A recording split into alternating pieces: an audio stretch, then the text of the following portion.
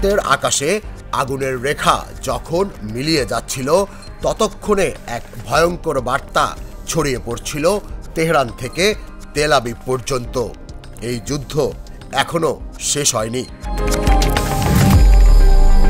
ইরানের প্রতিরক্ষা মন্ত্রী আজিজ নাসের জাদে রাষ্ট্রীয় সংবাদ মাধ্যমে জানালেন, 12 দিনের যুদ্ধ চলাকালীন তারা যেসব ক্ষেপণাস্ত্র ব্যবহার করেছে তা নাকি এখন অনেক পুরনো অস্ত্র। তার দাবি, পরবর্তী হামলায় যে প্রযুক্তি ব্যবহৃত হবে তা আগের সব কিছুকে ম্লান করে দেবে। শত্রুর জন্য সেটি হবে অপ্রত্যাশিত এক সন্ত্রাস। এখন আমাদের হাতে রয়েছে আরো উন্নত, আরো বিধ্বংসী মিসাইল। ইসরায়েল যদি আবার আগ্রাসন চালায়, আমরা আর পিছু হটব না। মন্ত্রীর কণ্ঠ ছিল শীতল অথচ হুমকিময় দৃঢ়তা।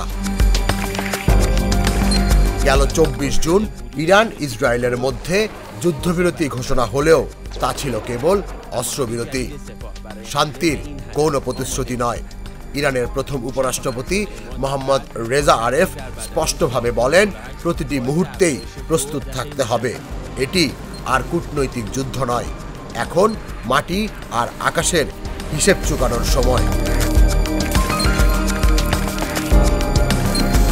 এই সপ্তাহেই ইরান ঘোষণা দিয়েছে তারা শুরু করছে 2 দিনব্যাপী সামরিক মহড়া। এতে ব্যবহৃত হবে স্বল্প আর মধ্যম পাল্লার নতুন ক্রুজ মিসাইল। যুদ্ধবিরতির ফাঁকে যুদ্ধের প্রস্তুতি যেন আরো উত্তপ্ত করে তুলছে পারস্য উপসাগরের বাতাস।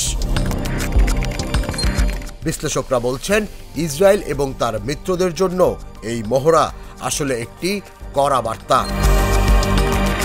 এদিকে পশ্চিমা বিশ্ব, বিশেষ করে ফ্রান্স চাইছে ইরানের সঙ্গে একটি সামগ্রিক চুক্তি, শুধু পরমাণু নয়, মিসাইল ও আঞ্চলিক কার্যক্রমও অন্তর্ভুক্ত করে।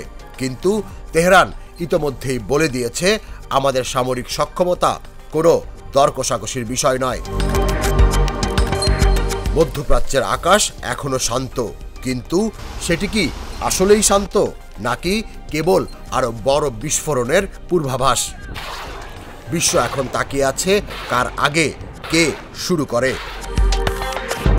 তুষার ইসলাম, জাগো নিউজ।